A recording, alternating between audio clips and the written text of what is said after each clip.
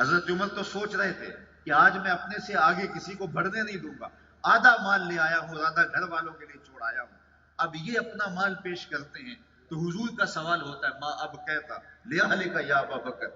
ابو بکر گھر والوں کے لیے کیا چھوڑا ہے؟ تو حضرت ابو بکر عرض گزار ہوتے ہیں اب کہ تو لہم اللہ و رسولہ، حضور میرے سامنے بھی آپ ہیں، میرے گھر میں بھی آپ بھی، میں گھر والوں کے لیے اللہ اس کے رسول کی محبت چھوڑ آیا ہوں۔ اللہ اکبر، میں سارا مال آپ کے قدموں میں پیش کرتا ہوں، حتیٰ کہ سوئی بھی گھر میں نہیں چھوڑی،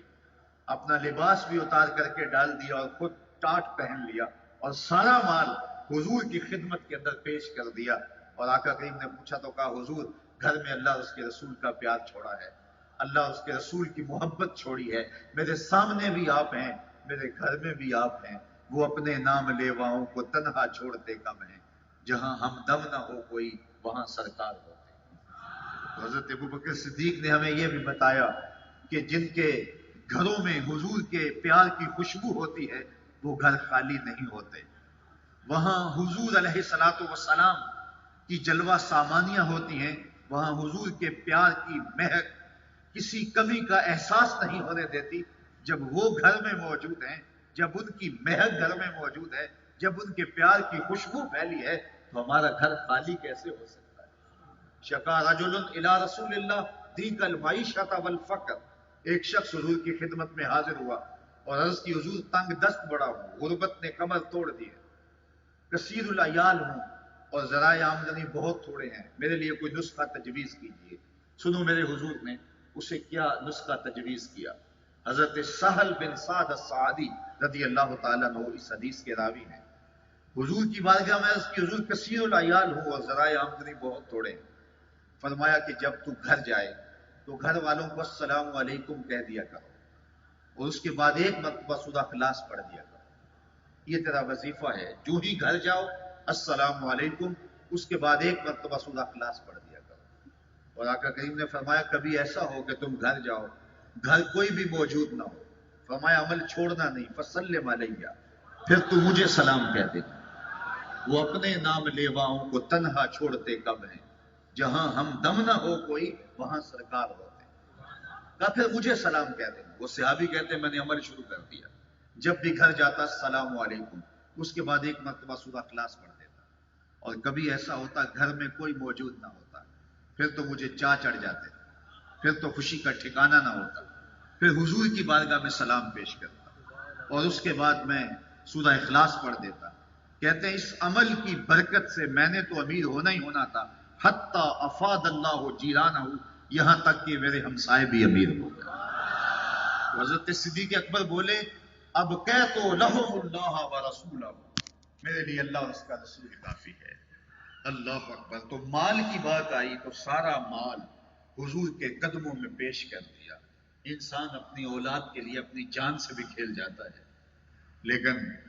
حضرت سیدنا صدیق اکبر کی یہ کہانی بھی کتنی دل آویز ہے۔ پہلی بات تو یہ سنیے کہ یہ سیدنا صدیق اکبر رضی اللہ تعالی عنہ کو اعزاز حاصل ہے کہ آپ کی 4 پشتیں صحابی ہیں، اور یہ شرف صرف آپ کو ہی نصیب ہوا ہے۔ آپ کے والدین، خود آپ کی اولاد اور اولاد کی اولاد، 4 پشتوں کو اس شرف سے ممتاز کیا گیا۔ لیکن ابتدا میں آپ کے والد بھی اسلام نہیں لائے تھے اور آپ کے بیٹے بھی اسلام نہیں لائے تھے، تو جب بعد میں اسلام لے آئے تو ایک دن گھر میں بیٹھے بیٹھے بات ہوئی تو آپ کا بیٹا عبد الرحمن بن ابی بکر آپ سے عرض کرنے لگا کہ ابا جان، بدر کی جنگ میں آپ میری تلوار کی زد میں آ گئے تھے اور اگر میں چاہتا تو آپ کا سر قلم کر سکتا تھا، لیکن میں نے سوچا کہ میرا باپ ہے، میری تلوار جنبش کرے گی تو سر میرے باپ کا کٹے گا، تو اس خیال نے میرا ہاتھ روک لیا، اور اگر میں چاہتا تو آپ کو قتل کر سکتا تھا، آپ اس طرح میری تلوار کی زد میں تھے۔ تو انہوں نے وہ ماضی کی کہانی سنائی، تو حضرت سیدنا صدیق اکبر کا جواب کیا تھا؟ کہا بیٹا تو کافر تھا اس لیے تو نے مجھے چھوڑ دیا،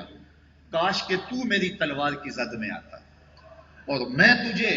جو ہے وہ بیٹا سمجھ کے نہ چھوڑتا، محمد عربی کا دشمن سمجھ کے کاٹ دیتا۔ تو یہ تھی ان کی محبت اور یہ تھا ان کا پیار اور حضور علیہ الصلوۃ والسلام کے ساتھ ان کی وابستگی۔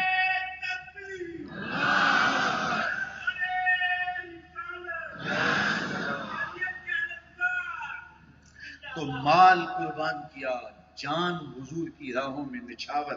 کرنے کے لیے ایک ایک لمحہ تیار رہے، اور اپنی جان کی پرواہ نہیں کی، اپنی اولاد حضور کے قدموں میں قربان کرنے کے لیے جذبوں کا ایک جہاں آباد تھا سینے میں، اور اپنے وطن کی قربانی پیش کی، اور پھر آقا کریم علیہ السلام کے لیے اپنا سب کچھ نچھاور کر دیا۔ کہتے ہیں حضور کا سایہ نہیں تھا، لیکن صدیق اکبر سائے کی طرح حضور کے ساتھ رہے، ایک ایک لمحہ حضور کے ساتھ رہے، کوئی وقت الگ نہیں کاٹا، بس حضور کے ساتھ، یہاں تک کہ اللہ نے ان محبت بھرے لمحوں کو ایسا قبول کیا کہ آج بھی حضور کی قربت انہیں نصیب ہے، آج بھی آقا کریم علیہ الصلوۃ والسلام کی قربتیں انہیں حاصل ہیں۔ ایک پہلو میں حضرت ابو بکر صدیق رضی اللہ تعالی عنہ اور حضرت عمر رضی اللہ تعالی عنہ تشریف فرما ہیں۔ ایک دن حضور مسجد نبوی سے باہر نکل رہے تھے، دائیں ہاتھ میں ابو بکر کا ہاتھ تھا اور بائیں میں حضرت عمر کا ہاتھ تھا، اور ایسے باہر تشریف لا رہے تھے، آگے سے کچھ لوگ آئے تو ان کو دیکھ کے کہا ہا کازا نوباس یوم القیامہ، ہم قیامت کے دن قبروں سے یوں ہی اٹھائے جائیں گے۔ اللہ اکبر، ایک ہاتھ میں ابو بکر کا ہاتھ ہوگا، ایک ہاتھ میں عمر کا ہاتھ ہوگا۔ تو حضرت سیدنا صدیق اکبر نے ساری زندگی آقا کریم علیہ الصلوۃ والسلام کے ساتھ قربت کا وہ رشتہ رکھا، معیت کا وہ رشتہ رکھا کہ جو انتقال اور وصال کے بعد بھی نہیں ٹوٹا۔ حضور کے وصال کے بعد حضرت سیدنا صدیق اکبر رضی اللہ تعالی عنہ کی زندگی بہت زیادہ کٹھن ہو گئی تھی، اور حضور کی جدائی کا صدمہ انہیں توڑتا تھا اور ان کا کلیجہ پگھلاتا تھا، جن کے بغیر ایک لمحہ بھی نہ گزرتا ہو، ان کے بغیر زندگی کاٹنا کتنا مشکل ہوتی ہے۔ آپ جانتے ہیں حضور کے وصال کے بعد حضرت بلال شہر مدینہ چھوڑ کے چلے گئے، کہتے تھے ان گلیوں میں اب حضور دکھائی نہیں دیتے۔ اللہ اکبر، وہ داریہ میں جا کے سکونت پذیر ہو گئے تھے، شام کے ایک قصبے میں۔ اسی طرح صحابہ کی عجیب حالت تھی حضور کے وصال کے بعد، اور عجیب عالم تھا ان کے درد کا، اور عجیب کیفیت تھی، بلکہ وہ اونٹنی جس پر حضور سوار ہوا کرتے تھے وہ حضرت فاطمہ کے دروازے پر سر رکھ کے رویا کرتی تھی، اور حضرت سیدہ فاطمہ کہا کرتی تھی صبت علیہ مصائب لو انہا صبت علی الایام سرنا لیالیا، میرے اوپر وہ پہاڑ ٹوٹ پڑے ہیں دکھوں کے، اگر وہ دنوں پہ پڑ جاتے تو دن کالی راتیں بن جاتے۔ اللہ اکبر، سیدنا صدیق اکبر کے قلب کا عالم کیا ہوگا، لیکن خلافت کی جو ذمہ داریاں تھیں ان کو نبھایا، اور مانعین زکوٰۃ کے خلاف پوری قوت کے ساتھ کھڑے ہوئے، اور آپ نے یہ اعلان کیا کہ اگر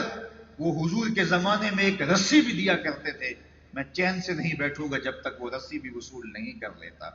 اور پھر جب ختم نبوت کی بات آئی اور حضرت سیدنا صدیق اکبر جس جلال کے ساتھ اٹھے، اور مسیلمہ کذاب کا جس طرح انہوں نے جو ہے وہ ناطقہ بند کیا اور اس کی سرکوبی کی، یہ تاریخ کا انوکھا اور البیلا باب ہے۔ حضرت سیدنا صدیق اکبر کا جب آخری وقت آنے لگا تو حضرت سیدنا علی المرتضیٰ سے فرمایا اے علی، جب میں مر جاؤں تو جن ہاتھوں سے حضور کو غسل دیا تھا انہی ہاتھوں سے مجھے غسل دینا، اور یہ وصیت بھی کی حضرت سیدنا صدیق اکبر نے کہ مجھے پرانے کپڑوں میں کفن دینا، نئے کپڑوں کا حقدار مرنے والے کی نسبت زیادہ زندہ رہنے والا ہے، اور پھر مجھے غسل دے کے، مجھے پرانے لباس میں کفن دے کے میری لاش کو اٹھانا، جنازہ پڑھ کے حضور کے قدموں میں لے جانا، اور عرض کرنا یا رسول اللہ ھذا ابو بکر یستاذنک کا، یہ ابو بکر ہیں جو آپ سے آپ کی قربت میں دفن ہونے کا اذن طلب کر رہے ہیں۔ اللہ اکبر، ایسا ہی ہوا۔ حضرت صدیق اکبر رضی اللہ تعالیٰ عنہ کا انتقال ہوا، فجاء علی مسترجعا، حضرت علی روتے ہوئے آئے، انا للہ و انا الیہ راجعون کے کلمات ان کی زبان پر تھے، اور خود غسل دیا، پھر جنازہ ہوا، اور پھر عاشق کا جنازہ مدینے کی گلیوں سے جو ہے وہ گھوم کر نکلا اور محبوب کے کوچے میں جا پہنچا، اور حضور کے روضہ انور کے سامنے آپ کا جسد اطہر رکھ دیا گیا، اور صحابہ نے حضرت انس کہتے ہیں عرض کی یا رسول اللہ یہ ابو بکر ہیں اور آپ کی قربت میں دفن ہونے کی اجازت مانگتے ہیں، اور یہ کہہ کے درود پڑھنے لگے۔ گنبد خضرا اس وقت تو تعمیر نہیں ہوا تھا، حجرہ عائشہ تھا اور اس کو باقاعدہ تالا لگا ہوا کرتا تھا، جس کی چابی حضرت سید عائشہ سلام اللہ علیہا کے پاس ہوا کرتی تھی، تو تالا خود بخود کھلا اور کنڈی کھلی اور اندر سے آواز آئی اوصل الحبیب الی الحبیب، لِأَنَّ الْحَبِيبَ إِلَى الْحَبِيبِ مُشْتَاقٌ، یار کو یار سے ملا دو، یار تو پہلے ہی یار کا انتظار کر رہا ہے۔ جے شک ہووی تے چل مدینے، جے شک ہووی تے چل مدینے، آ ویکھ لے جوڑ مزاراں دا، بن یار نبی دیاں یاراں دا۔ وآخر دعوانا ان الحمدللہ۔